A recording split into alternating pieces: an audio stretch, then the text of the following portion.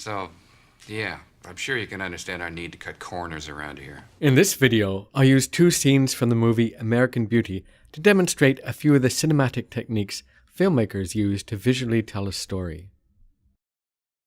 At the beginning of American Beauty, the main character Lester Burnham is disillusioned with his life.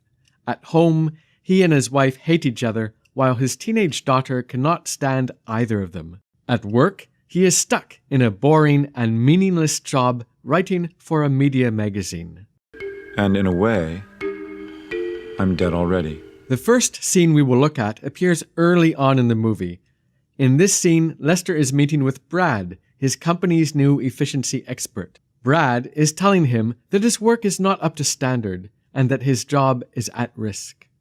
I'm trying to level with you. This is your one chance to save your job. What's interesting here is how differently the two men are presented. Let's look at Lester first. As this is a wide shot, Lester occupies a small portion of the frame, and because this shot is also a high-angle shot, he looks even smaller. He is in the middle of a mostly empty room, totally exposed.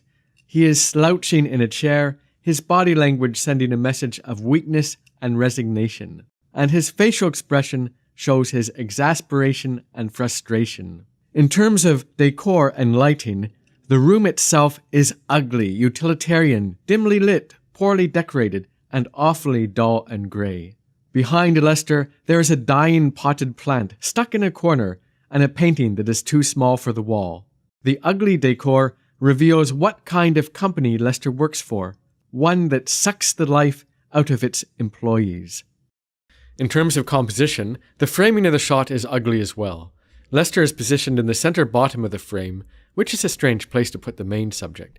There's far too much headroom above him, his feet seem to be cut off, and above him, a ceiling light juts down into the frame. It's an ugly shot in an ugly, dark room. A kind of visual manifestation of Lester's dissatisfaction with his empty and meaningless life. Now, let's look at Brad. Here the shot is a mid-shot. Brad occupies a large portion of the frame. The low-angle mid-shot emphasizes his position of power, especially when juxtaposed with the high-angle wide shot of Lester that we just looked at. Visually, Brad is presented as being dominant. His posture is straight, he is younger, he is dressed more fashionably, and his facial expressions reveal smugness and contempt. Behind him, the vertical Venetian blinds create a visual pattern that calls to mind the bars of a jail cell or cage. To Lester, his job is like a prison. And note the props around Brad, his desk, his large, brightly shining nameplate, the gold pens, the picture and its frame, the Venetian blinds. Almost everything is straight edges, angles, and points. Everything is hard, sharp, threatening. In short, the visual elements in this scene work together to emphasize three things. First, Brad's dominance over Lester. Second, the soul-destroying nature of their workplace. And third, Lester's hopelessness and vulnerability. Exactly. Midway through the film, the two men meet again. By this point in the movie, Lester has decided he needs to make a change. In this scene, Lester is quitting his dead-end job and blackmailing the company into paying him off. What do you want? 1 year's salary with benefits. That's not going to happen. Well, what do you say I throw in a little sexual harassment charge to boot? Against who? Against you. If you compare these two reverse angle shots, you will see that Brad is no longer shown to be dominant. In the shot over Lester's shoulder, Lester seems to be looking down at Brad.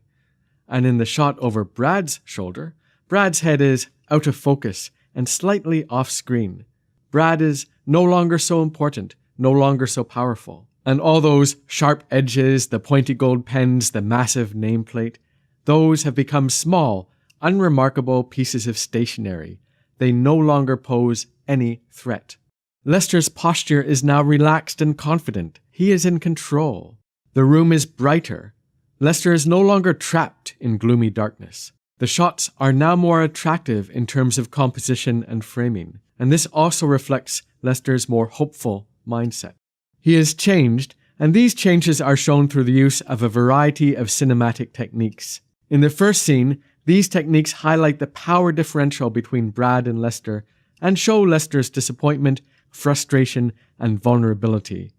In the second scene, they show the extent to which Lester has become more hopeful and confident.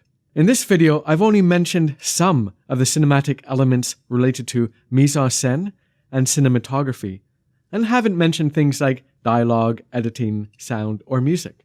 There is a lot more to discuss when interpreting a scene, but hopefully this video can help you better understand how different visual elements can work together to help tell a story. Nope. I'm just an ordinary guy with nothing to lose.